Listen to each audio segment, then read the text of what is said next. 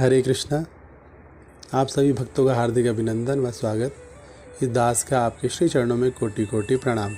श्री नारद भक्ति सूत्र श्रृंखला के अंदर आज सूत्र संख्या 37 है और ये है लोके अपि भगवत गुण श्रवण कीर्तनात्। अर्थात इस जगत के जीवन की सामान्य क्रियाओं में संलग्न रहते हुए भी भगवान के विशेष गुणों के श्रवण तथा कीर्तन द्वारा भक्ति की प्राप्ति होती है। अर्थात कोई कह सकता है कि नारद सतत प्रेम पूर्ण सेवा का प्रवर्तन करने में अविवेकपूर्ण है। संसार के कर्तव्यों को निभाने में व्यस्त व्यक्ति कैसे सतत भजन कर सकता है? किंतु श्रीमन नारद अन्य आचार्यों के समान सांसारिक स्थिति एवं जीव की दशा से भलीभांति परिचित हैं। अतः वे सब मनुष्य हेतु सब समय के लिए श्रवण कीर्तन का प्रस्ताव रखते हैं। संसार में व्यस्त कृष्ण भावना भावित भक्त का ज्वलंत उदाहरण कृष्ण के सखा अर्जुन है और ये भगवान कृष्ण स्वयं ही थे जिन्होंने बल दिया कि अर्जुन ध्यान करते हेतु रणभूमि छोड़कर ना जाओ। कहा था तस्मात् सर्वेषु कालेषु मामनु स्मर युद्धेचा मयोर अर्पित मनोर्बुद्धिर माम में वैश्य संशय। अर्थात अतः अर्जुन तुम कृष्ण के रूप में मेरा सदैव चिंतन करो तथा इसके साथ साथ युद्ध में अपने कर्तव्य को भी निभाओ। मुझको समर्पित अपनी क्रियाओं तथा मुझ पर स्थित तुम्हारे मन एवं बुद्धि द्वारा तुम निस्संदेह मुझे प्राप्त करोगे। फिर भी प्रश्न रहता है। श्रील प्रभुपाद जी लिखते हैं कि भगवान कभी अव्यवहारिक वस्तु का परामर्श नहीं देते। यदि अर्जुन अस्तित्व हेतु संघर्ष करता हुआ कृष्ण के स्मरण का अभ्यास नहीं करेगा तो उसके लिए मृत्यु के समय पर कृष्ण का स्मरण करना संभव नहीं हो पाएगा। श्री चैतन्य महाप्रभु भी परामर्श देते थे कि कीर्तनीय सदा हरि नाम का कीर्तन करो। फिर भी प्रश्न रहता है कि कार्यवान व्यक्ति किस प्रकार दोनों कर्तव्य या कार्य एवं भजन एक साथ कर सकता है? किंतु यह संभव है प्रेम के द्वारा। प्रभुपाद एक व्यक्ति का उदाहरण देते हैं जो दफ्तर में काम करने जाए जबकि घर पर उसका युवा पुत्र भी बहुत बीमार हो। स्वाभाविक प्रेमवश व्यक्ति सदा यही सोचेगा कि बेटा कैसा होगा।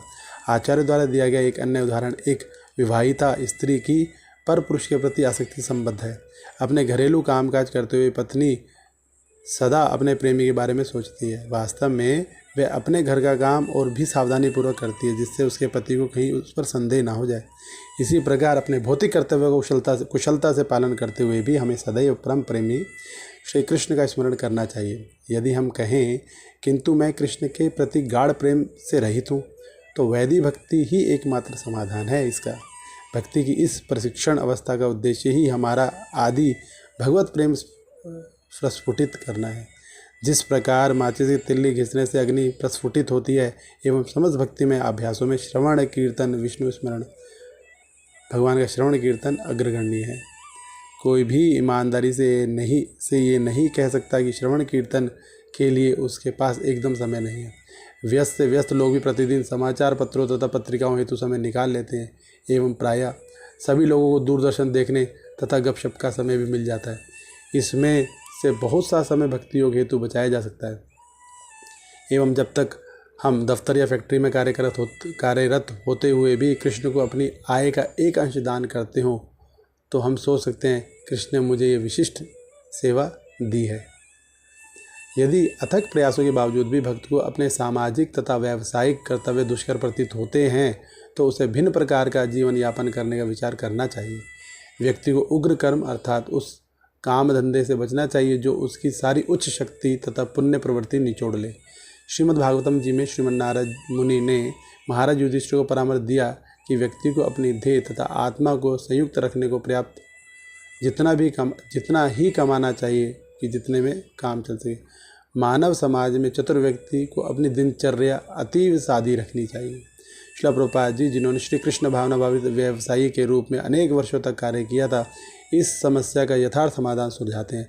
वे कहते हैं कि सारी क्रियाएं बंद करने का प्रश्न उसी प्रकार नहीं उठता जिस प्रकार ज्वर से मुक्त होने हेतु शरीर का संपूर्ण तापमान नष्ट कर देने का प्रश्न नहीं। यदि व्यक्ति को 105 डिग्री ज्वर है तो उस तापमान को धीरे धीरे घटाकर हम 98.6 डिग्री तक लाकर उसे वहीं स्थिर कर देना होगा। श्रील प्रभुपाद जी लिखते हैं भारत के महान ऋषिगण तथा संतजन भौतिक तथा पारमार्थिक ज्ञान के संतुलित कार्यक्रम द्वारा सामान्य तापमान बनाए रखना चाहते थे। वे दूषित इंद्रिय तृप्ति हेतु मानव बुद्धि के अव्यय की अनुमति नहीं देते थे।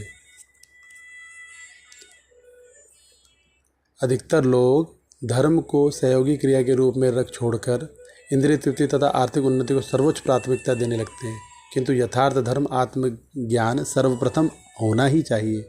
हमारे जीवन में शरीर को हृष्ट पुष्ट रखने के लिए ही आर्थिक उन्नति की आवश्यकता है। कलयुग में लोगों की कष्टकर स्थिति समझते हुए भगवान ने युग धर्म के रूप में हमें पवित्र नामों का उच्चारण कीर्तन दिया है। हरे नाम हरे नाम एव केवलम कलौ ना अस्तिव नास्तिव नास्तिव गतिरन्यथा। इस कपट और कलह के युग में मुक्ति का एकमात्र उपाय हरि नाम लेना ही है, कोई अन्य उपाय नहीं है, नहीं है, नहीं है। श्रील प्रभुपाद ने युग धर्म एवं प्रस्तुत सूत्र में श्रीमन नारद मुनि के निर्देशों पर आधारित अंतर्राष्ट्रीय कृष्ण भावनामृत की संस्थापना की। विश्व भर में श्रील प्रभुपाद के अनेक अनुयायी प्रतिदिन हरे कृष्ण महामंत्र की 16 मालाएं जपते हैं, कीर्तन एवं प्रवचन के सुबह शाम के कार्यक्रम में भाग लेते हैं तथा पाप पूर्ण जीवन के 4 निषेधों का पालन सक्रिय व्यावसायिक धंधे करते हुए भी करते हैं। भगवान श्री कृष्ण ने व्यक्तिगत रूप से श्री नारद से प्रतिज्ञा की है कि उनके गुणों का कीर्तनकारी कोई भी व्यक्ति सामाजिक या व्यावसायिक अवस्था के बावजूद उनकी कृपा प्राप्त कर सकेगा। मेरे प्रिय नारद, मैं वैकुंठ अथवा योगी के हृदय में नहीं रहता, अपितु मैं तो वहाँ रहता हूँ जहाँ मेरे भक्त मेरा कीर्तन करते हैं। पद्म पुराणोक्त ये श्लोक है। नाहम तिष्ठामि वैकुंठे योगी नाम हृदेषु वा यत्र गायन्ति मद्भक्ता तत्र तिष्ठामि नारदः।